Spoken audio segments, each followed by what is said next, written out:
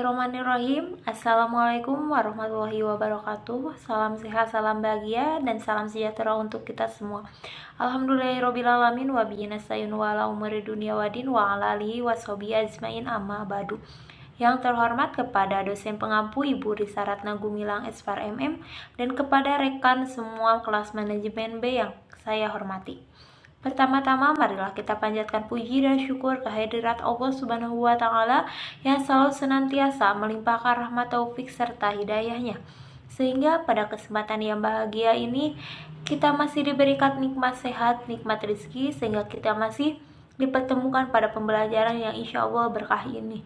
Amin ya Allah ya Rabbal Alamin.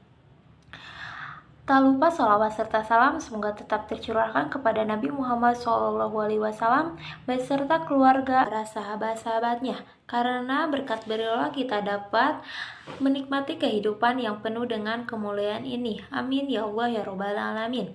Untuk mempersingkat waktu sebelum presentasi dimulai, maka perkenankan saya Sri Desi Sopiani dari kelompok 2 akan mempresentasikan materi pada pertemuan kali ini.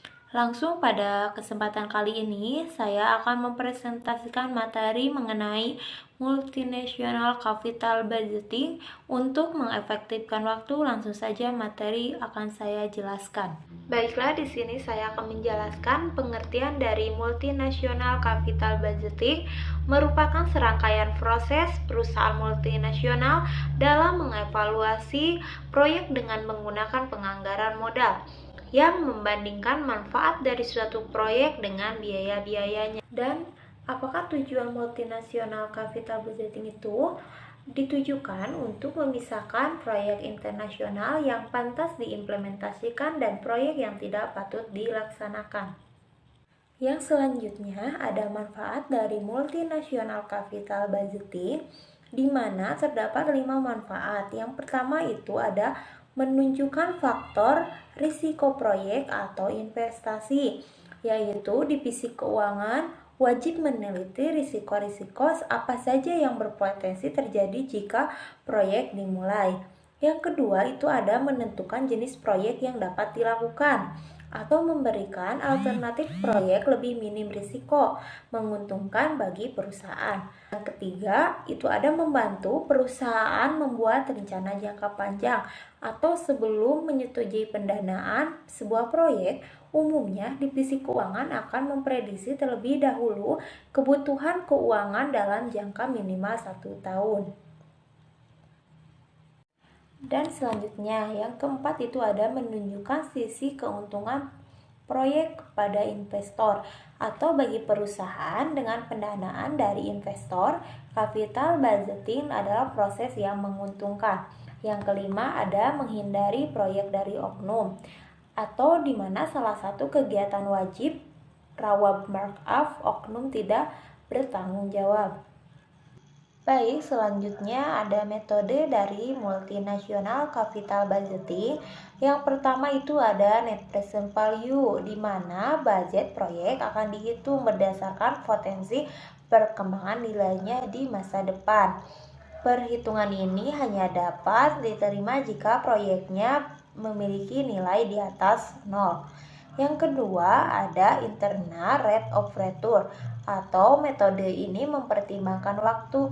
Selain perhitungan nilai future value, berbagai ahli menyebutnya bahwa metode IRR jauh lebih efektif dan akurat dibandingkan net present value. Dan yang ketiga ada average rate of return atau perhitungan capital budgeting. Menggunakan metode ini mirip dengan IRR, akan tetapi yang dihitung adalah rata-rata pendapatan per tahunnya.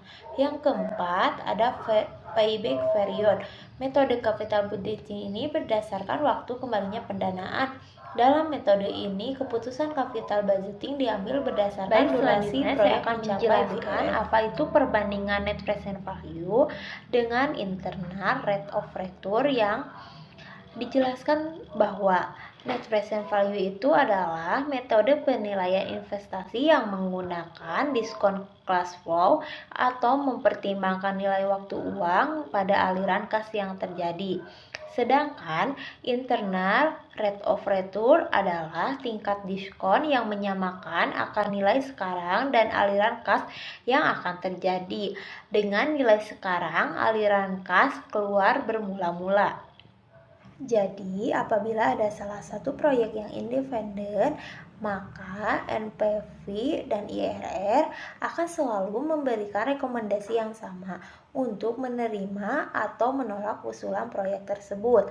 Tapi, apabila ada proyek yang mutuality eksklusif, tidak selalu memberikan rekomendasi yang sama karena disebabkan oleh dua kondisi. Yang pertama, ukuran proyek berbeda, yang satu lebih besar dan yang satu lebih kecil. Yang kedua, ada perbedaan waktu, di mana waktu dari aliran kas dari dua proyek berbeda. Salah satu aliran kas terjadi di awal tahun dan satu aliran kasnya terjadi di akhir tahun. Baik, selanjutnya di sini ada faktor-faktor yang mempengaruhi multinasional capital budgeting. Yang pertama itu ada fluktuasi valuta asing, yang dimana valuta asing berfluktuasi sepanjang waktu, baik menguat maupun melemah. Yang kedua ada inflasi, atau merupakan suatu keadaan menaiknya harga barang secara umum terus-menerus. Yang ketiga ada struktur penganggaran, di mana sebuah perusahaan dapat memilih bentuk pembiayaan dengan modal sendiri atau meminjamkan dari bank atau lembaga keuangan. Yang keempat ada blockade fund, atau dalam beberapa kasus negara tuan rumah mungkin melakukan pelanggaran atas dana yang akan dikirimkan oleh perusahaan anak ke perusahaan induk. Selanjutnya, yang kelima ada biaya sosial, di mana terkadang perusahaan asing yang hadir di suatu negara akan menimbulkan gesekan dalam masyarakat. Yang keenam ada nasionalisasi, atau suatu bentuk resiko dalam multinasional capital budgeting adalah pengambilan ahli perusahaan oleh pemerintah. Yang ketujuh ada nilai sisa, yaitu salah satu hal yang perlu diperhatikan adalah nilai salvage value minimal harus menyebabkan net present value 0. Dan yang terakhir di sini ada insentif pemerintahan negara asal, yaitu proyek baru MNC di luar negeri dapat memberikan dampak yang menguntungkan bagi kondisi perekonomian. Karena itu, investasi berupa pendirian perusahaan aman di luar negeri sangat didukung oleh pemerintah negara asal. Berbagai insentif ditawarkan oleh pemerintah negara asal, antara lain berupa pinjaman dengan bunga rendah dan pengurangan tingkat pajak. Selanjutnya di sini saya ada contoh studi kasus, yang dimana contoh studi kasusnya itu menggunakan IRR, yaitu proyek A dihitung dapat menghasilkan profit sebesar 35% dari pendanaan 10 tahun. Sedangkan proyek B menghasilkan profit 25% dari pendanaan 5 tahun. Baik proyek A dan B mendapatkan pendanaan sebesar 100 juta. Maka nilai IRR masing-masingnya adalah, jadi penyelesaian kasusnya itu yaitu sebagai berikut. Jadi IRR proyek A itu 100 juta ditambah 35% dikali 100 juta per 10 tahun mendapatkan 135 juta per 10 tahun atau sama dengan 13.500.000. Sedangkan IRR proyek B adalah 100 juta ditambah 25% dikali 100 juta per 5 tahun, di mana 125 juta per 5 tahun sama dengan 25 juta.